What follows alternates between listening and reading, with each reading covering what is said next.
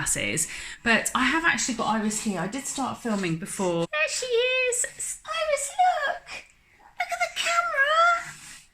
Yeah, no, okay. So, yeah, today I'm going to be doing my newborn must-haves. And I have done this before, but I have to say, I think I'm going to do this a bit differently because after 3 children, I can hands down say there are things that are different with every child. So I also come from the point of view of intentionalism and minimalism and just trying to reduce the amount that you bring into the house. And of course, I always like to buy things secondhand, not just because you're going to save yourself money, but it's so much better for the world and the environment and life to try and reuse things instead of constantly buying in new. So that's the point that I come from. But there are some things that I would say buy new, but you know, I've got my little list here. I've been writing and adding to it over the weeks, and I'm going to do it in different categories. And breastfeeding has it's a whole nother video for itself. And I have done breastfeeding essentials, breastfeeding discreetly video, hacks, tips, and I'll leave the playlist here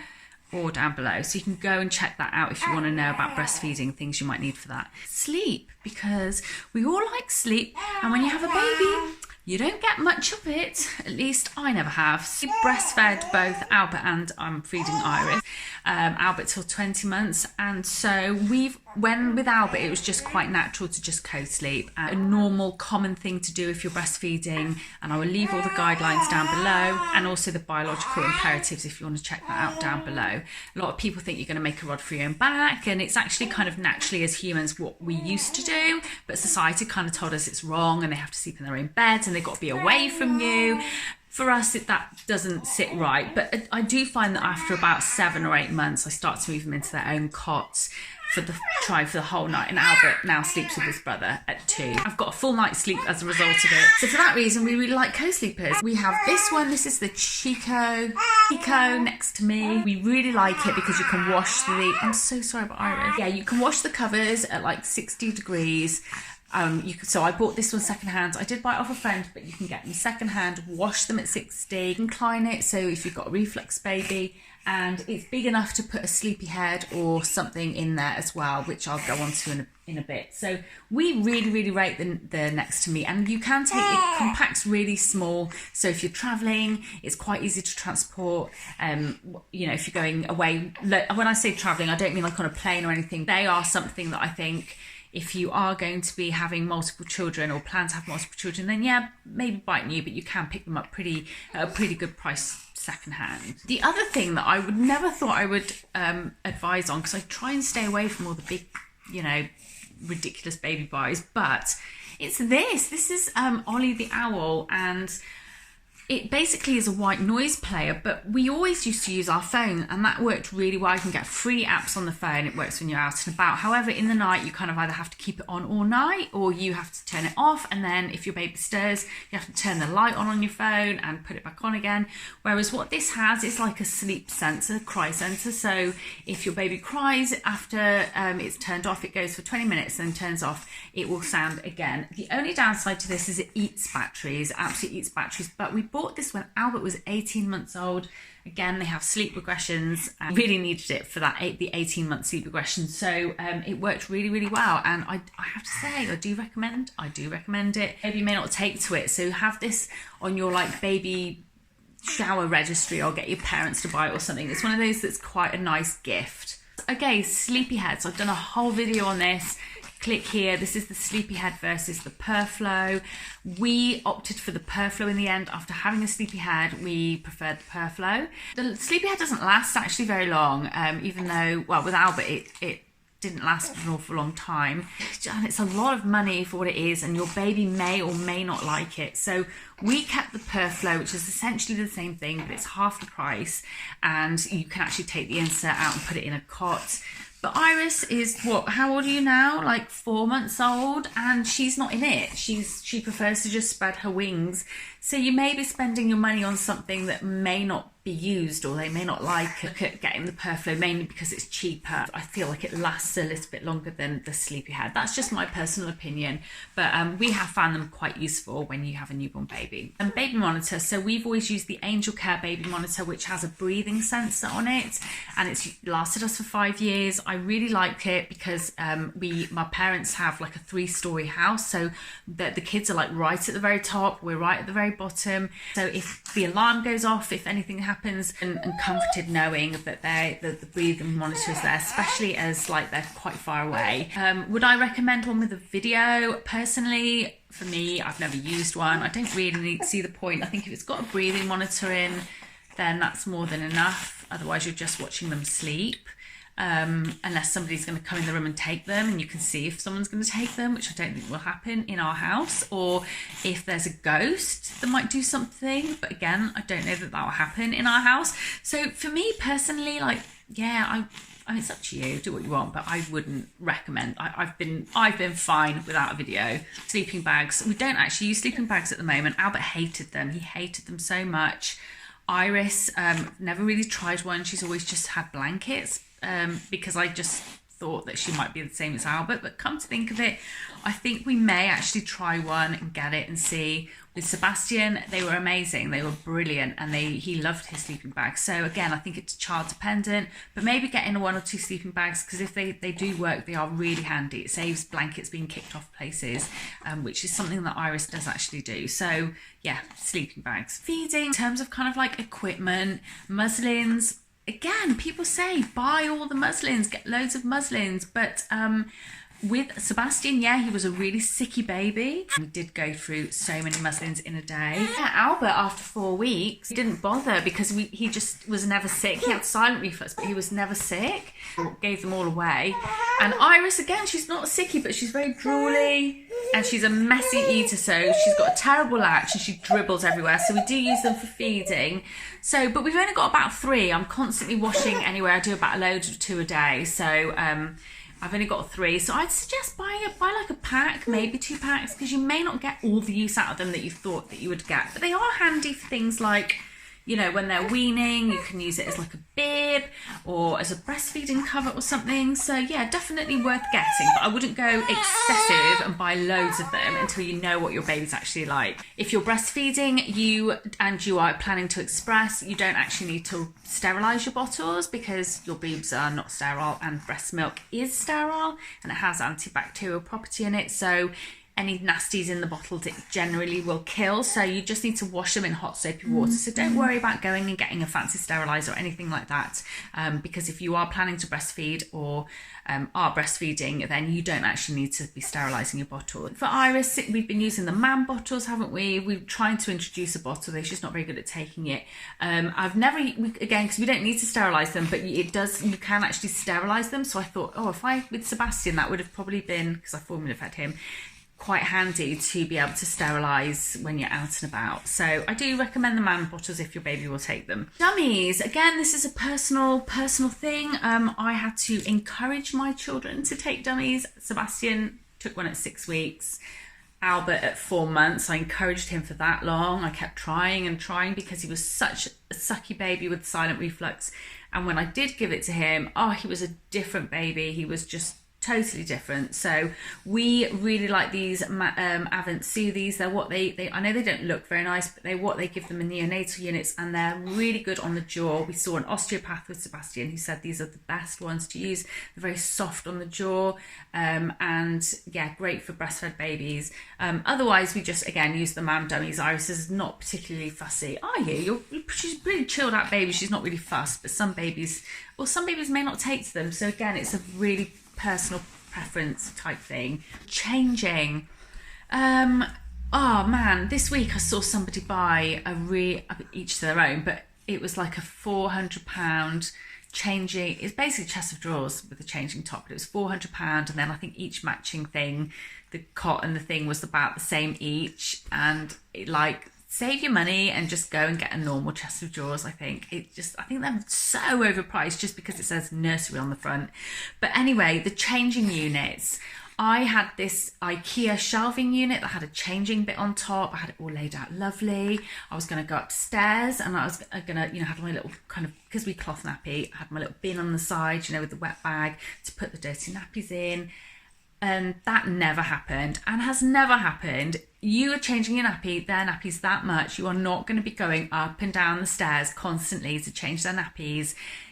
You know, especially if you live in a big house, your legs are going to be tired. It's just not something that you'll end up doing. Or you may do, I don't know, but the majority of people I know said that their changing top unit has been the biggest waste of money that they've spent. So you can get the portable ones, the big ones that sit on top of cots.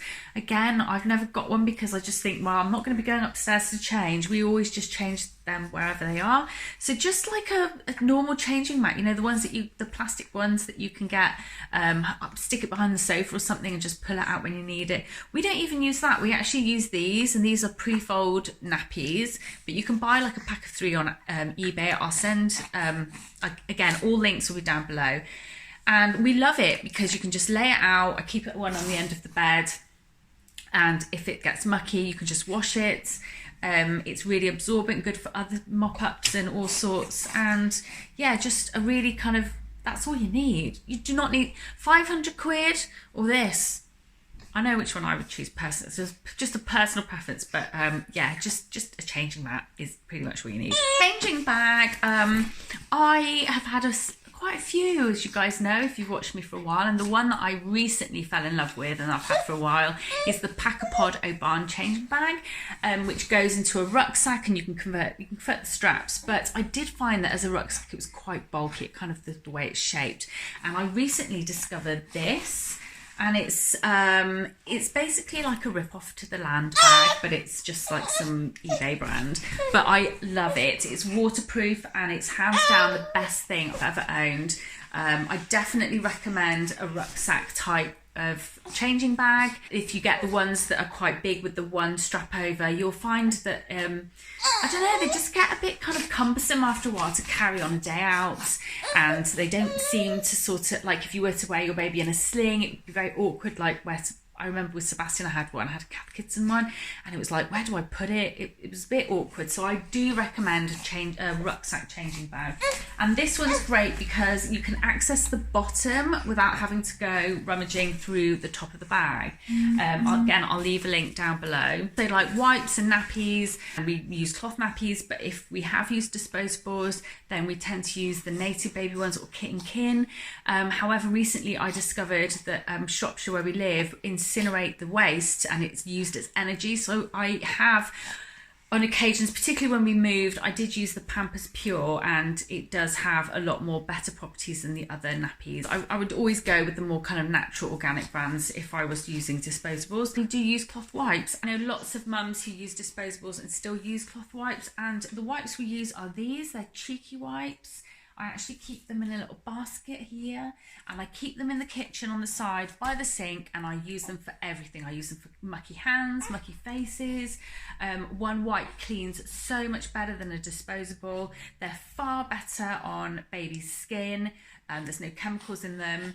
I know you can buy the water wipes, but again, they're not great for the environment. And with normal wipes, you just need loads. So I do really recommend these, especially for hospital. And they often will say to you, take cotton wool and like just take a big pack of cotton wool. Cotton wool is crap. I'm sorry, it's rubbish.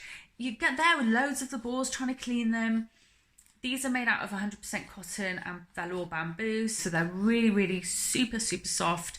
And I keep them in this little wet bag. Leave all links down below. Just pop them in. I actually pre-wet them at the beginning of the day. They do not go fasty. And you zip it up and you just have it like that. And I also have this mini wet bag that I keep just for wipes if we haven't done any nappy changes while we've been out. I do know lots of mums who use disposable nappies, and they use this with their newborns because they just don't want to spend out on the big brand water wipes or whatever. Breastfed poo is water soluble, just wash at 60. I think they say wash your baby's clothes at 60 anyway, but you should be washing cloth nappies at 60 if you are using cloth nappies. Baby bath. So with your first, you might want to use something to bath them in. I was given a baby bath with Sebastian, and I would just put it in the bath we've got and fill it up. But then after a while, I just use those foam, you get those like foam shaped things. And I just used to run a shallow bath and plonk him in there. But to be honest, with any other children you're having, just don't bother. Like Iris just gets dunked in with the boys. Car seat blanket, this has definitely been something that I really liked using this time. I've never used it with the others, but I do recommend it if you're having a baby in winter. Obviously, it's very dangerous to put your baby in a snowsuit in the car. And to be fair, we've never used snowsuits just because we've just never used them. I much prefer using blankets. I worry that they're going to overheat in a snowsuit. So the next thing is travel system or pram. And again, this is one of those that's very dependent on what you want, what your needs are. Are you going to be off-roading? Are you not going to be off-roading? If you are off-roading, get something with air-filled tyres. If you're not, then any tyres will do. Don't just assume though that if the tyres are big that it's going to be good off-road. With Sebastian, I bought this I wanted a brand new pram. I bought this brand new Oyster Max travel system, and I wanted it so that I could have one seat on top and the bottom like a tandem, because I thought we'd go have two quite close together. And in the end, I absolutely hated it. And it was heavy. It was really heavy. I ended up then going and buying secondhand, and it turned out that I love prams and I like to try different ones. My favourite so far has hands down been the Icandy Peach. I didn't like it so much as a double. It was very heavy as a double, so that's when I got my mountain buggy, but I did really like that pram. However, at the moment, I also have the Mothercare Orb. Again, what I really like about it is the carry cot is the seat unit, so you don't need to buy two separate carry cots and seat units, which I found really handy when we're out and about. If she wants to go to nap, you can there and then convert it into a carry cot, so it's really handy and it's really spacious. My advice with buying a travel system would be go to the shop with a child maybe, or someone you know with a baby, or maybe borrow one. I know somebody that borrowed one until they had their baby, and then they went to the shop, tried them out, and then bought them, because it's a lot of money. These prams are very expensive. Also think about if you're going to have another child soon after. I know somebody spent loads of money on a bugaboo donkey, and then something like 10 months later fell pregnant and then needed to buy not a bugaboo donkey, a normal bugaboo, and then needed a double. So that bugaboo single one became redundant after she'd spent all that, I think it was like over £1,000. So just think about what your long-term plans with your pram. So be mindful that with some carry cots, like look at the size of them. Some of them are much smaller than others, and with Sebastian, he grew out of his Icandy carry cot in 9 weeks. He was out of it. So whereas Sebastian was able to fit into the Oyster Max one for 6 months. Also car seats, again, we've just had the Mexico's Cabrio fix. I really like, just particularly with the lifestyle that we live, to be able to put the car seat onto the chassis of the pram, and the Mexico's Cabrio fix pretty much kind of is adaptive for all prams.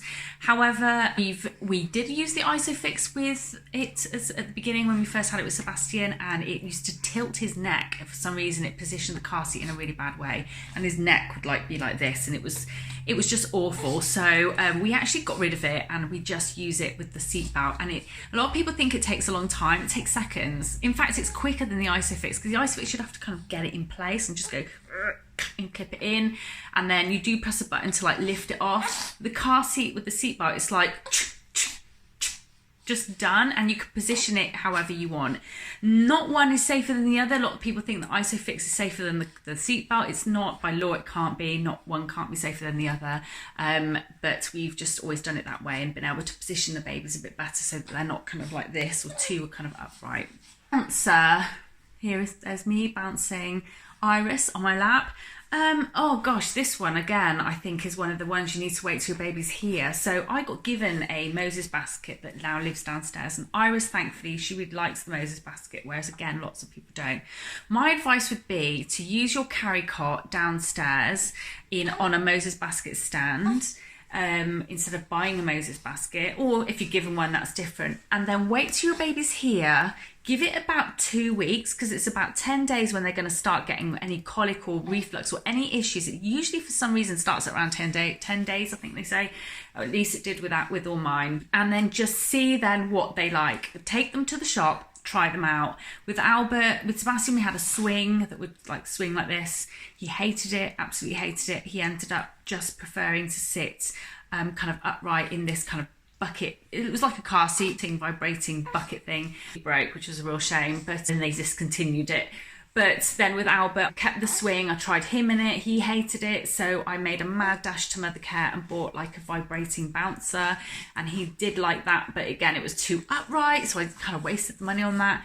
Ended up going with the Chico bouncer, which is I've done a review on. It's this one here.